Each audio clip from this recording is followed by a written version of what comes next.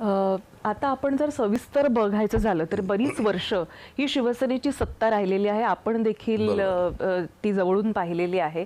असं असताना कायम भाजप हा तुमच्या सोबतच होता. बरोबर. स्टँड अलोन भाजप शिवाय शिवसेना तुम्हाला वाटतं की महापौर देऊ शकत होती किंवा त्या पोझिशनमध्ये होती? नाही, भाजपाशिवाय मुंबईचा महापौर यापूर्वी झाला नाही आणि आता येणार नाही. कारण मी तुम्हाला एक संख्याबळ सांगतो.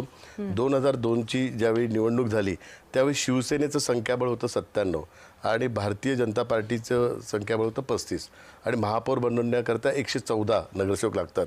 त्यामुळे भाजपाशिवाय त्यावेळी महापौर बसू शकला नसता. भाजपाच्या सपोर्टमुळेच 2002ला महापौर झाला. 2007ला शिवसेना होती 84, भारतीय जनता पार्टी होती 28. भारतीय जनता पार्टीच्या सपोर्टनेच महापौर झाला. त्याच्यानंतर जी निवडणूक झाली त्याच्यानंतर 2012ला शिवसेना होती 75, भारतीय जनता पार्टी 31, म्हणजे भारतीय जनता पार्टीमुळेच महापौर झाला.